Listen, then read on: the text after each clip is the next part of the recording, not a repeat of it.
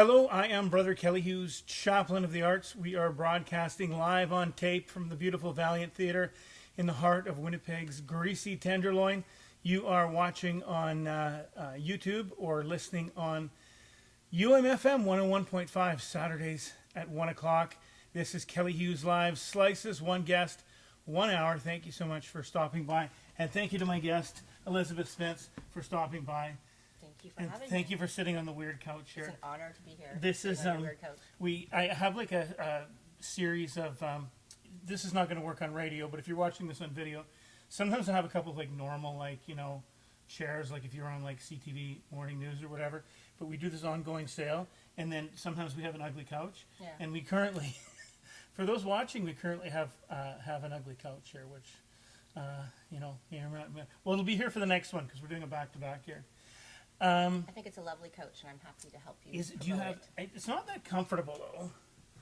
The cushions help. Do you have like, I don't know, do you have a piece of furniture that's really comfortable in your house but it's not, it's sort of ugly? Or is all your stuff beautiful?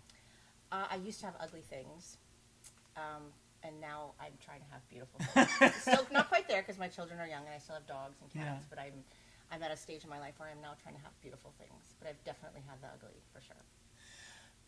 Elizabeth is an administrator, an educator, an animal lover, a mom, but just before we talk about what you've been working on, how many animals do you have right now? Presently, I have 2 dogs and 2 cats. Yeah. I have had upwards of 5 dogs and 5 cats at the same time. At the same time in the city? Yes. Oh. No, not in the city. No. Sometimes I tell people, somebody asked me yesterday how many cats we had, and I told her for legal reasons I couldn't tell her. 3 of each species. Well, you can actually have, you can have like 5 cats and 1 dog. Oh, okay. Yeah, it's just that you can't have more than 3 dogs in the city, something like that. Are your dogs are rescue dogs? My dogs are rescue dogs. One is from Waywaysi Capo, and one was from Garden Hill First Nation. And the cats are rescue dogs as well. They've always all been rescue dogs. We generally have adopted largely through Funds for Furry Friends. I'm not sure if you're familiar with them. They're a rescue organization based out of Brandon. But there's so many rescues. Yeah. And it's good, but I mean there's so many because there's so many animals, and I don't know, when I hear about like somebody getting a purebred dog or whatever, it sort of pisses me off because there's so many animals and people really. I think that some people think, oh, I don't want to use dog, it's wrecked. I mean, that's not what they're saying, but that's what they think. And I mean, like we've had a lot of, so my partner Andy and I have fostered or rescued or adopted 200 animals in the last number of years. Amazing. And out of that, we've probably had 5, there's probably been 5 cats who couldn't get along with anybody. We found them all homes mostly by themselves, so that was great. Because cats are actually more social than people think they are. People just think that they're they're kind of cranky loners, but they're not. I mean, if you have enough, they kind of have their own social hierarchy. Because you had 5 cats. Yeah. And there's been a couple of dogs come through that had some behavioral things that were just a bit too much. But for the most part, rescue animals are lovely. Yeah. And I was telling you before we started that our latest dog, we had a dog that died a couple months ago of cancer. He was a big cookie. He was half Saint Bernard, half Great Pyrenees, and we always like to just kind of get right back on the horse because there's so many animals that need homes. Like we're not gonna sit. I mean, we love them, but we're not gonna sit around and cry for a year. So we got another one, within a couple of weeks, and he's half Great Pyrenees and half. I mean, probably not half, but Great Pyrenees and also probably golden retriever, and so do you know anything about Great Pyrenees? I know they're very big. They're big and white and fluffy. Yeah. And they're typical guardian dogs. So they Okay. do this whole thing where they, they do the perimeter of the yard, and this is one of the reasons why you have to have a fence, a good fence, because they're big and they can jump a fence, and they believe their perimeter is like 2 miles or something. They have a big thing, so they will just keep going, and they don't really have any recall because their guardian dogs often think that they know better. They know what they're doing their thing, and they're gonna sort of ignore you a little bit. Yeah. But he would he would lie outside when it was -30, and in the summer he would dig himself holes, and he'd lie in the holes because it's really hot in that big coat. So this new dog Val looks just like a Great Pyrenees, but we're sure that he must be half golden retriever because he's got all the dumb golden retriever stuff. He just wants to sit next to you, and he wants attention. He won't bark at anything. He's a terrible guard dog. He won't bark at anything happening outside. He'll only bark at things happening inside, like somebody eating that's not him or something like that. But he has, I was telling you before that he's got heartworm disease, right. And so we took him to the vet out in Steinbach that the rescue uses, and he's getting treatments. And this is a little PSA here that you should just every month give your dog, the tick and heartworm meds, because if you don't and they get it, then you're gonna have to do something about it, and it's a lot more expensive, and it's not great for them because it's, he's got a bunch of worms in his heart. So, but anyway, he's good.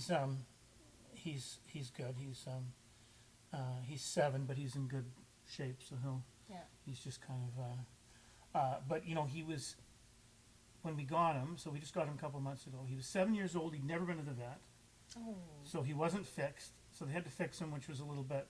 He didn't love that because he's a bit old to get fixed, and he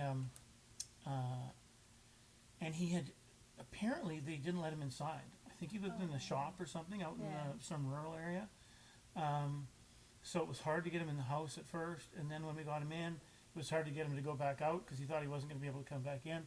I don't think he was really ever in a vehicle because I still can't get him to walk into the vehicle. He's 105 pounds, and both times there and back from the vet, I had to pick him up off the ground and just set him all the way in. So.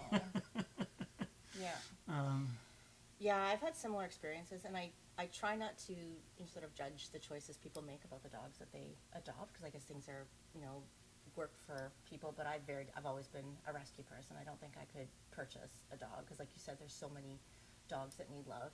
And I think what some people don't always realize is that you can get purebred dogs from rescues as well, and you can actually follow certain breeding rescue centers that are specific dogs if that's what you're looking at. But I've had purebreds, but I've had mutts and mixes, and they're all beautiful. They're all wonderful. And for the most part, I've never had any issues. Probably the most is maybe a little bit of anxiety, but never any. You or the dog? I think they get it from me. But yeah, sometimes a little bit of anxiety, and similar to what you said, new experiences. Dogs have never had certain experiences. It's funny how I like cats, because cats do whatever they are going to do, right? You can have a kitten. You can raise a kitten from this big. You can be as nice to it as you want. It's going to grow up and do whatever he wants. Yeah. Dogs, on the other hand, are so affected by what we do. Yes. And they're so tuned in. I mean, some dogs are a little less. Some dogs, we've had dogs that are a little less, like I say, these guardian dogs more want to do their own thing. But these dogs, like Val, who's this kind of golden retriever bit. And then we've got another dog named Honey, and she's a mutt. But she's got these big brown eyes, and she just looks at you all the time. Like, when when an animal just looks at you, and you know that they're just they want to know what you want. They want, all that kind of stuff, and they really want to. It's just pure love and devotion. That's all they want. It does. It does matter. dogs are, I guess, I feel like cats are a little bit more resilient in a certain way, and dogs are more kind of going along on the ride with us more closely, and we need to really be careful Yeah. about what we do. You said your dogs are from the north. Two of them are currently. yeah. Yeah. We both of our dogs are from rural areas around Steinbach, Yeah. and both were not treated particularly well. Yeah. And this is a thing that drives me bananas when people talk about, northern dogs or res dogs or whatever, and they're kind of, like, I mean, obviously there's a lot of problems, and a lot of it has to do with not having any access to vet care. Yeah. My friend, do you know Katie Powell, Save a Dog Network? Yes. So they're doing stuff like that all the time. Our vet, which is Grant Park, I think they send a team somewhere every couple of months. I think it's Nunavut or somewhere. Yeah. And so all that work is really important. But I mean, it's people all over. It's Yeah. not. I just feel like, I don't know. I just feel like when people talk about northern dogs or res dogs, it's kind of coded racism to me. I feel like, I would agree. or just regular out and out racism. People are just not recognizing like the barriers sort of access to care, right? Yeah. There's a whole variety of aspects that are sort of that contribute to that, and least of all being the people themselves, right? And I think exactly what you say, it's the same everywhere where there might not be care and there might not be veterinary care and support. So very definitely it's not exclusive to the north, right? Now you, in addition to when you're not taking care of animals, you're taking care of people, Yes. and you've been an educator and doing lots of positive things in that space I hope so. for some time. Did you always know you wanted to do that? Were you like an 18-year-old and you're like, hey, I'm gonna do this. I'm gonna, No, not at all. My path to parenthood and my path to education were very circuitous and came Yeah. a lot later in life. Even just getting into the university in general. I didn't get my university degree, my bachelor's degree, till I was 33. In my family, there sort of wasn't the legacy of getting a Yeah. degree, and it wasn't something that we did normally. And my mom was actually the very first person in my family to get a university degree. But even still, it was not something that was sort of normal. So it was Yeah. a bit of a struggle to get there. I went right after high school, but I failed because I had to work the whole time and pay for everything, and so I failed. And then I just decided, well, that's it. Yeah. And I was working. I had to go at night school as well because I had to work during the day, and I didn't have peers and support. So I quit. I didn't quit. I walked away, which was the bad part. So I had a variety of Fs, etc. Oh. on my transcript. I went into retail for, I don't know, 10, 15 years, and then I think after a while realized that it was not satisfying for me to be in retail. I actually had Retail is so awful. retail is hard. I figured it out one day because I had my own bookstore, and I did 30,000 hours in retail, and I went back after a few years later. I went back and I did I was doing like 1 day a week over at Antiques and Funk. You remember Antiques and Funk? Yeah, over yeah. on, and I lasted about a year, and I was just like, oh my god, I hate people. They're so terrible.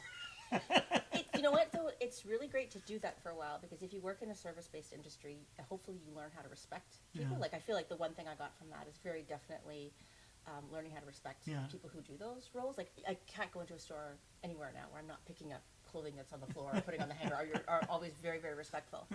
But Do people ask you if you work there because you're hanging sometimes things up? probably, and I'm always like overly thankful and Yeah. appreciative of people. But I was there, and I thought that was going to be my life. And then I think again about retail, it's very capitalistic, right? Very Yeah. money based. And I used to get in trouble all the time because I won't name the store, but I was always so told that I was a manager for a while, but I was told that I was too focused on the people and not enough on profit. And I was getting reprimanded for that, right? Because I was focused on people and not profit. And then I just realized this is not the place for me to be. And so I quit and went back to university. And this time around, You had to quit because you were a communist. I had to quit because I was a communist or a socialist or something. They did not appreciate my ethos in Yeah. in retail.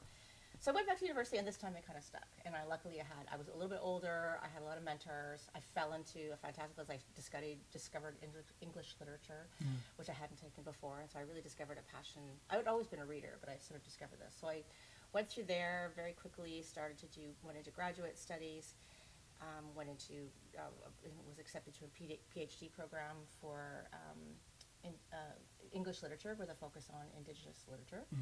And just about to start, and then I had a baby. So that was the first time. I was like 36. I met somebody. Never thought I was going to have a baby. I was just going to, I don't know, be a spinster or go off and be an academic for the rest of my life. Just not have babies. And then I had a baby. But he was premature, had some health concerns. So I ended up, after some debate, I withdrew from the program. And then I stayed at home and raised him. And then 2 other babies that came for 10 years. So I kind of I would have been I guess I could have been a professor, tenured professor, full professor at this point, but I kind of pulled back just to raise kids. And I've only been back in the workforce, really, for 4 years. Yeah. And in that time, when I was first coming back, I started to get the itch, I guess, that I wanted to go back to work. But I didn't think anybody would hire me because I was 49 years old and I didn't have any kind of, I had my bachelor's degree or some work on grad studies, but not completed. And also it's kind of my focus had shifted kind of to more of a health focus that I was interested in versus literature. And somehow I decided I wanted to go back in health. I was going to get a job. I got this administrative role, even though I didn't think anybody would hire me. And then suddenly, boom, boom, boom, boom, within 4 years, I was sort of moving up into leadership, teaching. And now you're sitting here. And now I'm sitting here. So I couldn't, because I didn't even think anybody would ever even hire me 4 years ago. And now it's amazing to see how things have progressed and that I can actually people have trusted me or, mentored me and developed me to help me have these opportunities for teaching. How come that? Were you just lucky, or were you in the... Oh, no, I wouldn't say. First of all, I think that even though I think I see this as a circuitous route, I think it very definitely things happened the way they were supposed to happen. Yeah. I think I was supposed to have a lot of life experiences that I had that would make me sort of able to do the things that I'm interested in. And one of those was sort of, falling into the university and, starting to work at the Max Radio College of Medicine, which is where I work in health.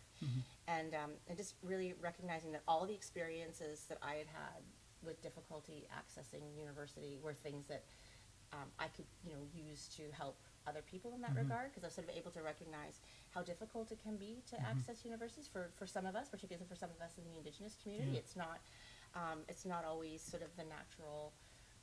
We've often been, have barriers of access to university for sure. So I felt that all this time, and I thought, why did it take so long? And why am I 36 and just getting? And I realized, what? I think I was supposed to experience those things so that I could, use those experiences to hopefully help other people a little earlier on in their lives than I did.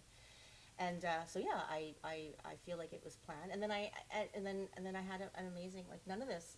I didn't do any of it on my own. I had the most amazing mentors. Again, same thing. I just met some of the most amazing people, a lot of matriarchs, a lot of women doing amazing work, especially in the Rady Faculty of Health Sciences, Indigenous women who just supported me, believed in me, given me opportunities, trusted me, and so I, and who I've learned from, right? Just listened and learned from and watched and seen how they carry themselves and how they teach and how they, the influence that they have. And so I just sort of maybe just followed along some of those tailcoats a bit. You said your mom was the first one to go to university. What was her life like growing up?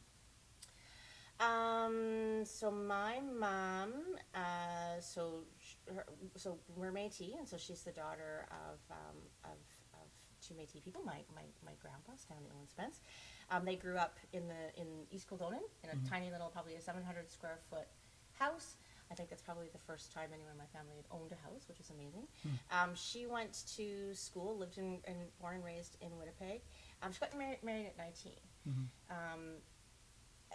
I think got married at 19 to a Brit. I think it was the 60s, right? So the British invasion, he was very attractive that way. And I think she'd always said to me that at that time, it was either you got married or you went into secretarial school or something, right? And so she married my bio dad, as I call him. But eventually, after a couple of years, they got divorced. So she was 23, and she had both my sister and myself. My sister was the oldest one. And she basically decided that, she wanted to make a better life for herself and a better life for me, and for my sister and I. And so she ended up, after my parents separated, we moved into the Osborne Village, into a tiny apartment in Osborne Village, and she put herself through university. She basically would work during the summers and then just go to university throughout the year while raising two kids, and so she came through with a history and film degree, which she did just completely sort of from her own desire and ethics. So she's an incredible role model for me. I think all those times when I thought that I would never get a university degree, I was meanwhile sort of single at the time, and I was like, well, how can I say I can't when here's my mom. And one of the interesting things she did, one of the things that inspired her was she learned of the Brandon University Native Teaching Education Program, which is a sort of program that provided resources and access for learners, northern learners, to have to get an education degree. And sort of she told me that sort of seeing that bunt-up, I guess they called it, made her realize that there was space for us in the university, or opportunities. And so she sort of pursued that because of that. And so that's why I'm involved in similar programs like that, and highly support them. When did students become learners? Because I know that's a thing, but I don't know. The term learners? Yeah. I don't know. Do you know what it's about? I'll have to look it up if you. Yeah. Well, I think it's like, I think to be a learner or something is like we're lifelong learners. We're not always just students or something. I think it's just a more inclusive, more all-encompassing terminology than just sort of to be a student of something. Because I think, we're learning every day, and there's different aspects of what learning looks like. And I think student maybe sometimes affiliates you with maybe just a particular institutional kind of way of learning. But I think calling somebody a learner is more maybe all-encompassing. Yeah. So you are working with people, and one of the things that you like to do is make things more accessible and help people figure out how to get where they want to be going and achieve what they want to achieve, and even to know what kind of things they can do. Because I guess, like you're saying, I mean, if you're not modeled, if nobody's ever gone to university, then why would you even think that you could go to university? And do you think that things are getting better for in that sense for women, Indigenous folks, Indigenous women? I mean, do you think that things are improving in terms of access? I absolutely do. Do I think it's perfect, or is there not a lot of work to go? No. And it's a slow-moving ship. But I can say, there has been a lot of advances, and it is largely because of Indigenous peoples who are in these spaces now, who are strong, resilient, using their education, their knowledge, their understanding, and creating these opportunities. So I think I would very definitely say that it is largely because of Indigenous peoples who are accessing these spaces, who are now being able to create those opportunities. And also as the learners come in, they sort of create change from the inside too.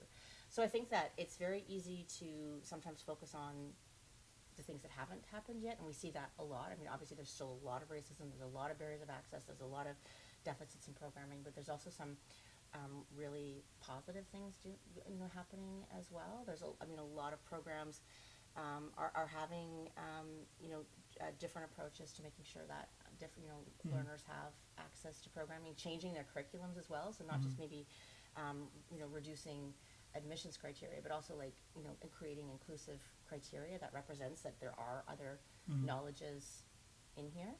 Now, when you're in your academic bubble, all this stuff all sounds great. Do you think that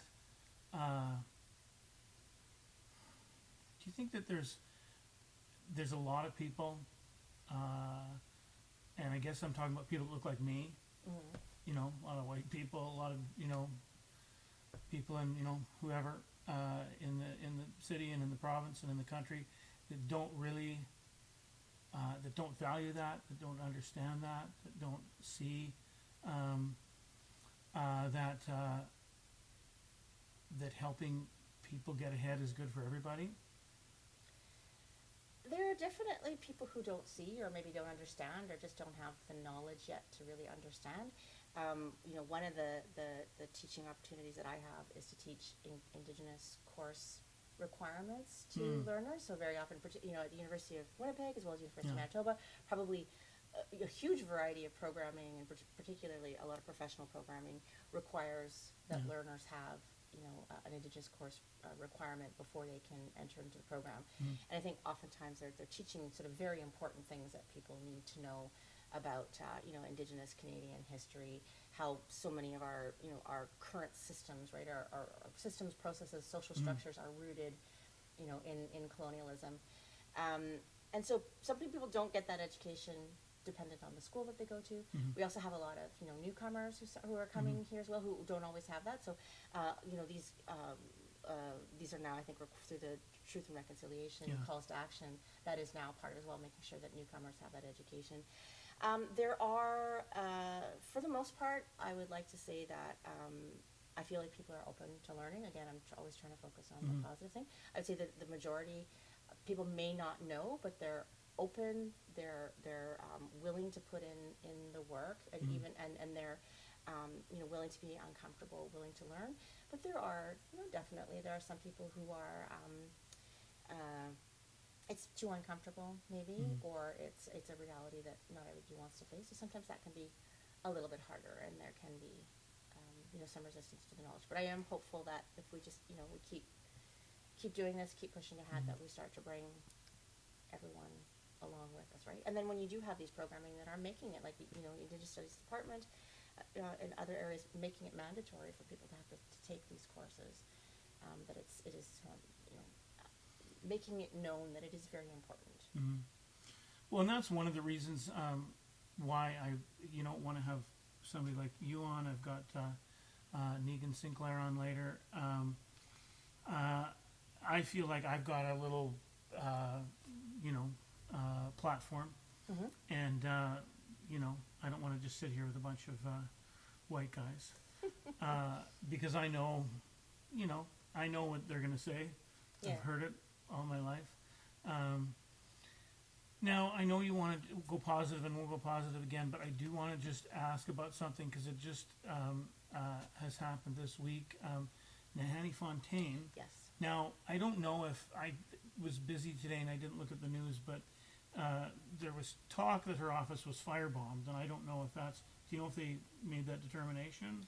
I'm not sure about firebomb, but I did read that both she and Bernadette Smith's offices were subject to arson, right? Yeah.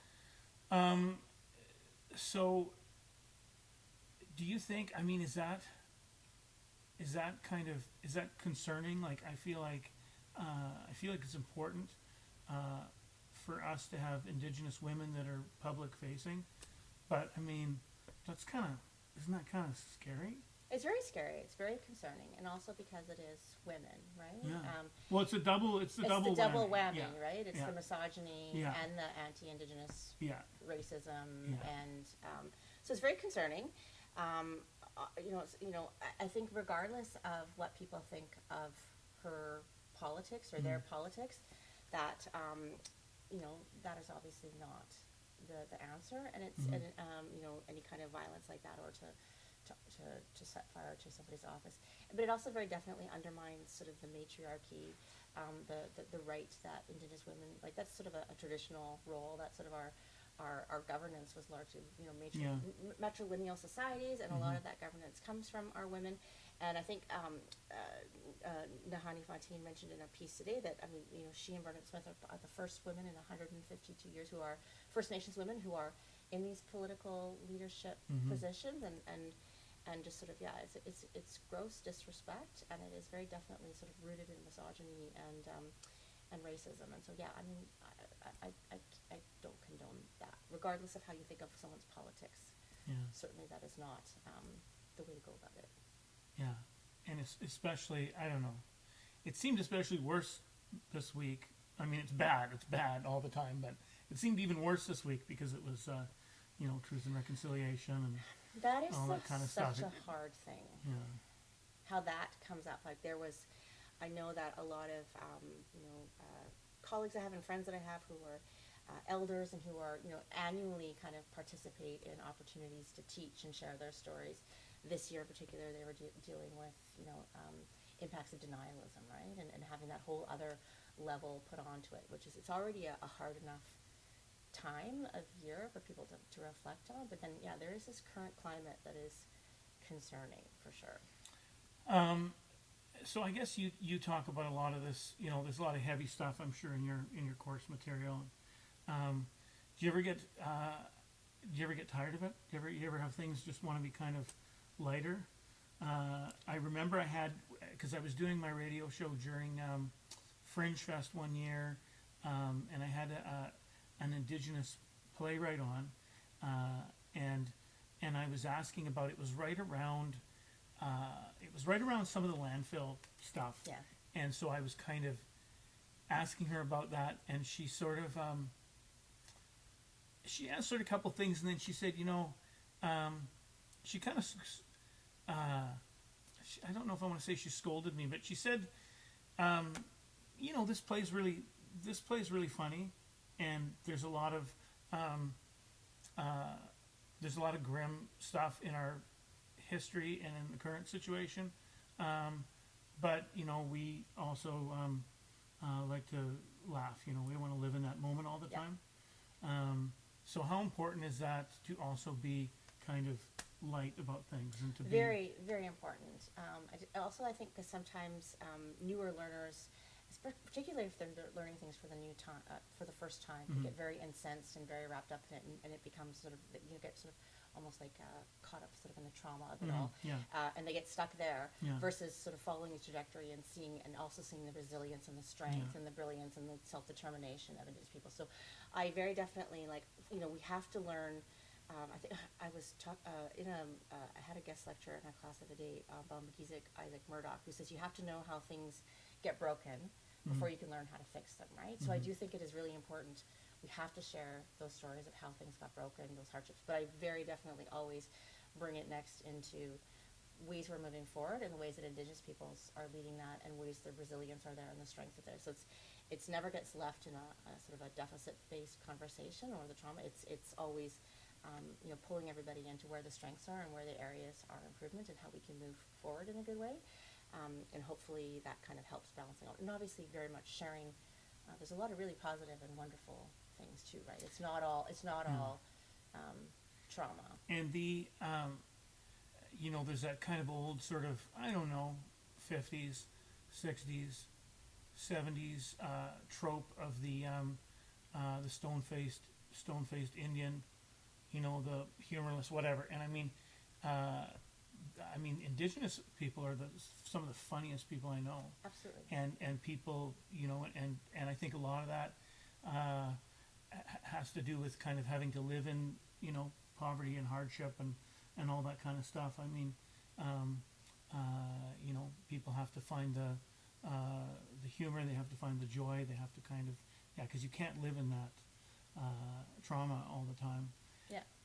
Also that stone face, stone face. Yeah. I mean, that's a Western trope, right? I mean, these are all kind of the noble savage or the. Yeah, I just mean it's so off. I just mean it's funny because it's so off base. Yeah. Like it's just completely. not. There's no. It doesn't seem like there's any basis in anything, because I've never really known anybody like that. Yeah, so. we are some of the funniest people I have ever met. One of the reasons that I want to do this show, I was kind of off for about a year, but we've got you probably can't see it in the shot here, but we've got a shirt behind us. Art will save us all.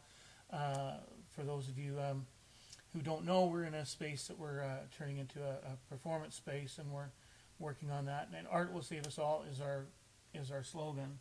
And one of the reasons why I wanted to do this was because I wanted to talk to people who I feel like you're a person who you want to take your corner of the world and you want to make it better. Yeah. Because that's important. And I mean, if you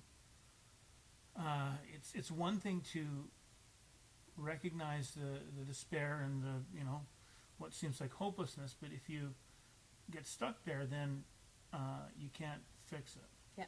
You can't move through it. Yeah. So how important is that? Like you said, because you said you wanted to, you decided to surround yourself with nice things, right? Yeah. All your crummy furniture is gone, and how important is that to you to be positive and to want to lift other people up and to lift yourself up? How important is that to you? It's very important to me, and I'm not always there. I think for the most part I am, and it's been a life process, right? I think it is hard. Sometimes it's aspirational. It's aspirational. Yeah. For the most part, I think there, and we all have our life experiences, but I just feel that if all we're doing, and this is from teachings that I've received from elders as well too. It's not just sort of coming from myself as well, but if you can kind of, we sort of have somewhat of a power to bring about the reality that we want.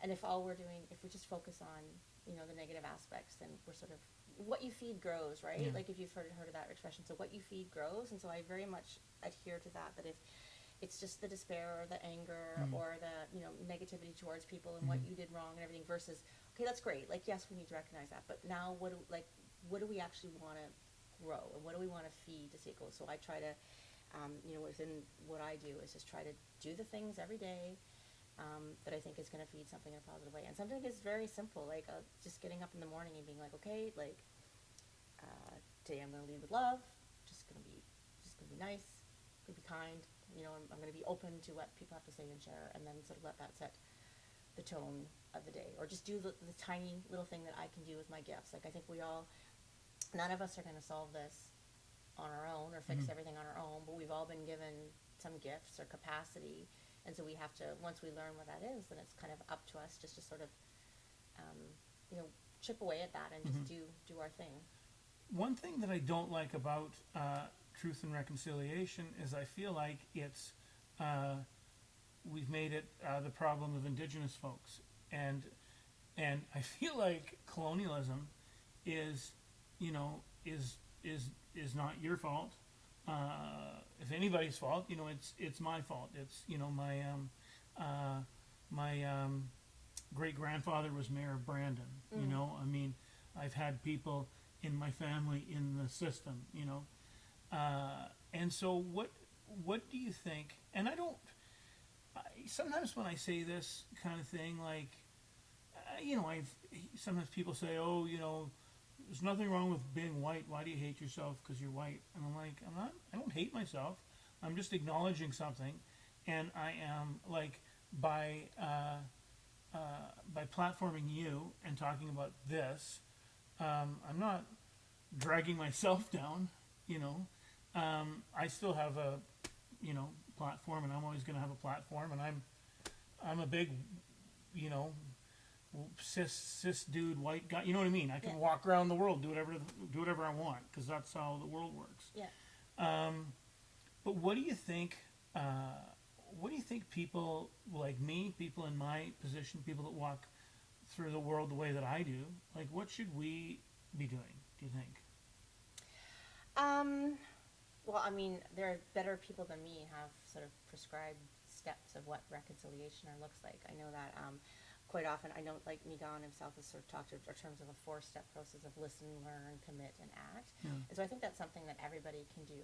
But I think sometimes the TRC can be daunting for some people because it's very much sort of pointed at these, government officials or sort of heads of certain, social areas of the country. And so sometimes I think it's very easy for people to say, well, that's for them to do, or they need to do this, they need to do that. So I think, like David Robertson, he has a book, like 52 Ways to Reconcile or something, where he proposes sort of more everyday person things that people can do. So I think, I agree, like, I think that reconciliation is not the responsibility of Indigenous peoples, but there is, there are co-responsibilities and just different work that people need to do, because we are in a relationship, right? Like we engaged in treaty, we have a relationship. That relationship hasn't been honored necessarily in a balanced way. And we live in the community. And we are all other. benefiting from treaty. We're all treaty people, right? Like we all are impacted by colonialism in some way. And so some, the balance is it's off scale, right? And so I think people just, we do need to do that listening, learning, seeing where we fit within that and what we can do to work together to kind of help make sure that everyone is sort of receiving that equal access to. And you made me think of something when you said, that truth and reconciliation is kind of this big thing, kind of pointed up there, and I do feel like we need more genuine connections that are kind of open, and where we can be open-minded, and like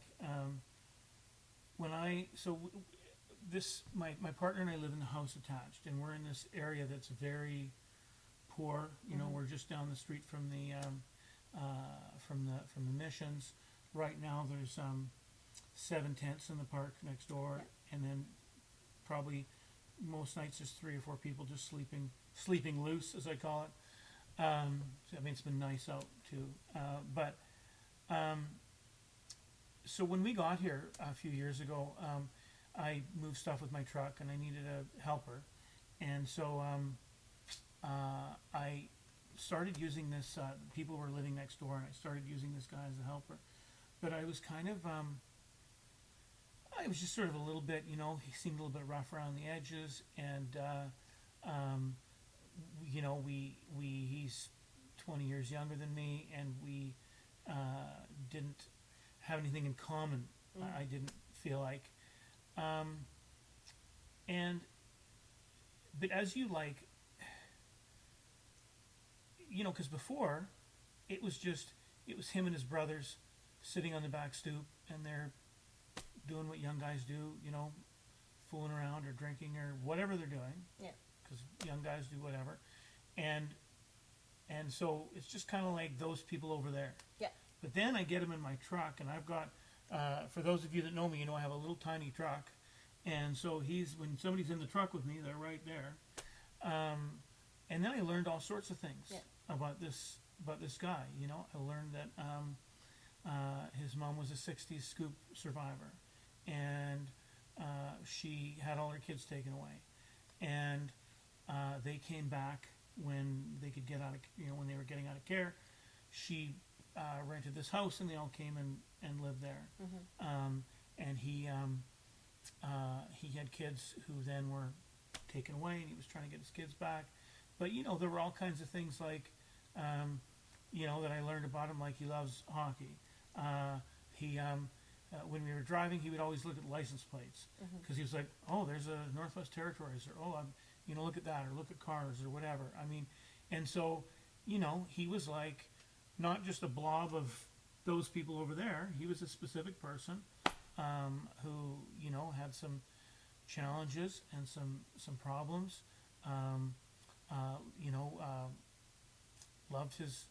Loves his kids, and has been having a terrible time with CFS, which is its own thing. Monster. He's a person with a story and a personality and whatever, and so that may seem like just too obvious to even bother saying, but it wasn't to me. Like, I just kind of I was here, and these are people I don't want to talk to. And so I think, because I've lived in the Corps a long time, but I grew up in Fort Garry, and my dad was a lawyer, and so for me that was a very important lesson. Yeah. And I do kind of,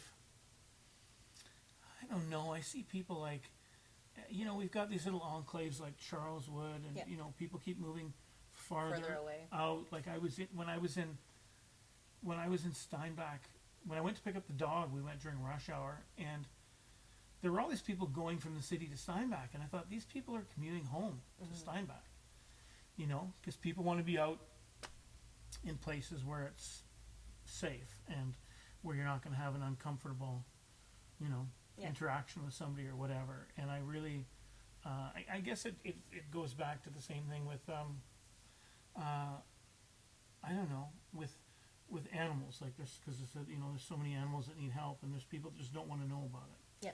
You know, there's people that want to just do their own thing and not have anything to do with anything that's inconvenient. Yeah. But you know, I think if everybody just did a little bit more, Exactly. like you don't have to, like, you know, we're Andy and I are killing ourselves taking care of animals and people and whatever, but you don't have to do that. I mean, if everybody just did, like, you know, like this much, then it would just spread it around, because it kind of you know, you're talking about your problems with capitalism. I mean, like if I see somebody, you know, driving around in a Cybertruck, I get mad, not just because of Elon Musk and whatever, but I'm like, how Why? much What are do you those? need Like that for? 160 grand or Yeah. whatever? Like, and I mean, yeah, do you need that? You look stupid. You look like you're driving around in a stainless steel washing machine. Yeah. Do you think they get fingerprints all over them, just like those? Oh, I'm sure people must walk up. And, But you know what I mean, don't you think? Yeah. You know how you get those? Do you have stainless steel? Yes, it's- And they're all yeah. just you got you have to kids. use that special cream to clean it. Anyway, so you have you've done lots of things, some of them that you expected to do, and some of them that you didn't. Yeah. What do you want to do next? Tenured professor, take over Nigon's job. Yeah. We'll see. I don't know. That'll probably be a hard feat. I am in graduate studies. Yeah. I am doing I have a full-time job, raise kids full-time. I teach. I'm a sessional teacher with Indigenous studies and also the Access program, which is for Indigenous access programs for Indigenous learners trying to get into different programming at the university. Yeah. So I kind of teach a couple courses around health, Yeah. the Health Careers Access program. I'm supposed to be finished. I'm supposed to be in PhD studies already, Yeah. but some of this other work that I've been doing has kind of been taken over. So my committee is telling me, like, I think that's what they want me to do, is crack the whip and get to work, because they keep telling me that when I'm actually completed that degree that I can do even more. So probably trying to focus on Yeah. that, but I still just really enjoy everything that I'm doing. Maybe you can cut some things out, like doing your laundry and you know. I like that. This is what I don't understand. Why do we have AI doing art and writing things? And I want AI to do my laundry, cut my grass. You know what I mean? These are the things I don't want to do. See, I have to cut my grass. It's been like 2.5 weeks, but it's like I'm a single parent, and it's like, okay, I'll get to that Yeah. one day. One day I'll get the grass cut, but that's kind of very low on the priority. But yeah, if somebody could come, you know, clean up my Well, eavesdrops. yeah, but you're in and cut my Wolseley, grass. right? No, I'm in the West End. Oh, okay. West End. I thought I saw you one day walking with your dog down. I'm a By Wolseley. former Wolseleyite. Now Yeah. I'm a steadfast, staunch West Ender. Even though there's skunks. What? My neighbors have skunks, and talking about dogs, my dogs got sprayed by skunks the other day. Okay. Your neighbors keep skunks, or they just happen to be there? They apparently happen to be there living in their yard. So what did you do? What did you do with the dogs? Isn't it? How do you get rid of the smell? Well, interestingly, I've always smelled skunks before, and it sort of had that rotten egg or kind of Yeah. smell. This time, what happened is we let the dogs out at 10 o'clock, went to go let them back in, and it smelled like there was a rubber fire or a Oh, tire okay. fire going Yeah. on outside. So my first thing was running around the neighborhood trying to find Yeah. out where this tire fire was. Yeah. And then meanwhile realized that it was actually a skunk, and it Mm. is like, in the second that I had the door open, it permeated the whole house. Like, it comes through the walls, the windows, everything, and there's not much you can do. I scrubbed the dogs. I think they're a little bit wary now of going into the area where they went, but it was not fun, and it was 10 o'clock at night, Oh, and I no. had to be up at 6 o'clock the next 10 morning. o'clock to at go night. teach. That, and Yeah. that was like an hour and a half past your bedtime. Yes, it was definitely. Definitely. You said that you shifted your focus a bit to health stuff. Yeah. What kind of appeals to you about that? Well, I think maybe I had my own experiences in the healthcare system. So I've had very highly medicalized pregnancies. And so I spent a lot of time in the healthcare system throughout all 3 of my pregnancies, and saw a lot of things and experienced some things that I wish I hadn't done, or wish I hadn't seen or experienced. And so that kind of really began to become part of something that I was concerned about or worried about, and particularly seeing how people in our communities were treated in the healthcare system. So I just knew that when I was going back into work, Mm. that's kind of the area where I wanted to go. And since then, it's just sort of escalated. So we have an NDP government. We've had them for a couple of years. We've got and I worked in government for an MLA for a year, so I know that the people that actually run things are bureaucrats, and I know that cabinet ministers come up and talk about things, but we do have a smart cabinet minister, health minister. How are they doing? Do you think are they improving the Manitoba health system? Like, I mean, it was such a mess. It was You're such a not gonna mess, and it's untangle not it going to be and- untangled in yeah. a day. And I think they're making great strides. It's through their government that our seats increased from, I think, 110 to 140 seats at the college. That there's new infrastructure being built to increase medical Yeah. education. I think they're doing a lot, but like you said, it's going to take a while.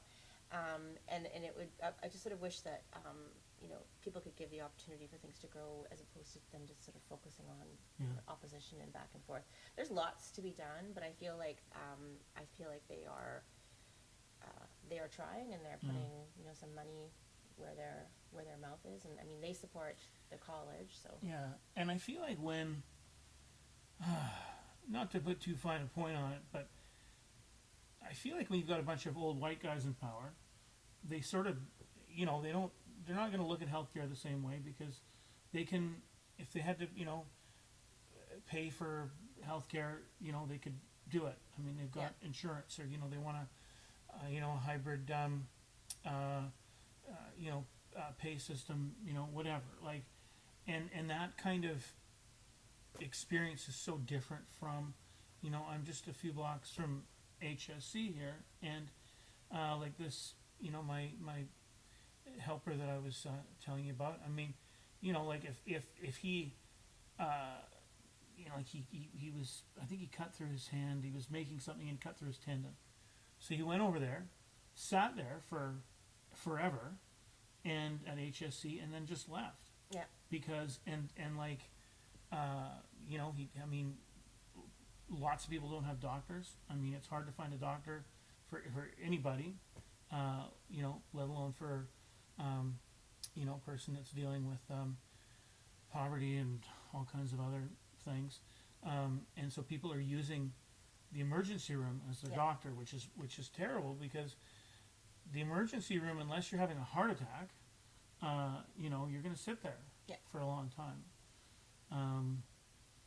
And a recent report released in June through Algonquin Health Services, led by Dr. Marsha Anderson and Shared Health, revealed that Indigenous peoples will sit there longer. And they did sort of race-based data in terms of who was using the hospitals, who was waiting longer, who was more likely to leave without being seen, who was more likely to leave against advice of their physicians, and Indigenous peoples were highly overrepresented in all those areas.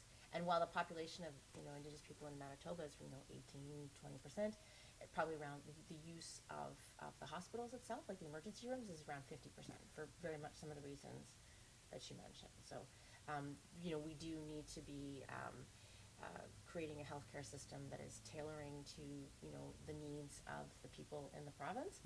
And so I think that luckily I feel like there's a lot of research happening right now on identifying what those needs are, where those health gaps are, who the people are, and I feel like there is some movement now in terms of creating healthcare processes, or maybe educational processes, that are ensuring that we have a healthcare system that can provide culturally safe care, relevant care, respectful care, and accessible care for everyone in this province.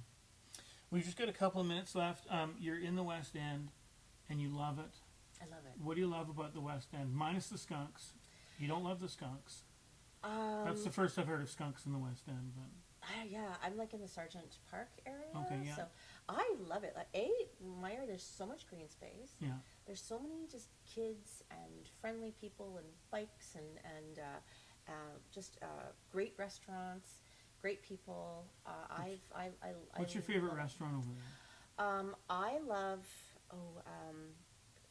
Arlington and Sergeant Pho Hang, I think it is. Is that what it's? Is it? Yeah. It's a Vietnamese. Is it ice cream too, or no? Is that Well, it's next to to it? that place, Okay. Roleska. It's next to that Yeah. place, so I love that place. But there's a lot. Like all down Sargent is probably the best restaurants in the city, Yeah. and so I'm very near Sargent, and I very often will traverse down there, and I love it. I love the people. I love the community. I love the green space. I feel like as soon as I moved there, I just felt absolutely home. Yeah, I don't know. Wolseley is kind of clubby, kind of kind of not my bag. But just north of you in the West End is a place that I like, Spring Roll Restaurant, Okay. which is right at Notre Dame, and something it's closer to. Sort of in the western area. Well, no, it's if you're at Tech Bach, Oh, yeah, it's closer to Arlington, like or Okay. McPhillips. Yeah. It's going down that way, and it's like this ancient couple, and the food is always good and it's super cheap. Yeah. And one day he called me, and I was already on my way home, and he called me and said he gave me the wrong change, and he gave me $40 too much. And so That's a lot of change. and so I'm like, oh, I'll bring it right back. Oh no, it's okay. Next time. I'm like, okay. And we were meeting a bunch of people, so I brought the food, and then I forgot about it for about a week. Oh my God. And then I kept driving by, and I was going by at weird times, and he wasn't open. But I went by and came in and gave him his money, and he was really happy. But what a funny thing, like, some guy out in the world has his $40, and he's He's just just gonna like, whatever. he's gonna wait for it to come back. Yeah. Well, that is about it for us. See, you were interesting after all. Who'd have known? Who'd have thunk it? We sat here for an hour, and we were both interesting. I hope. Thank you so much. Will you come back again sometime? My pleasure. Okay. Yeah, thank you. Thank you so much. This is Elizabeth Spence. I am Kelly Hughes. Thank you so much for tuning in to Kelly Hughes Live Slices. Art will save us all. Peace.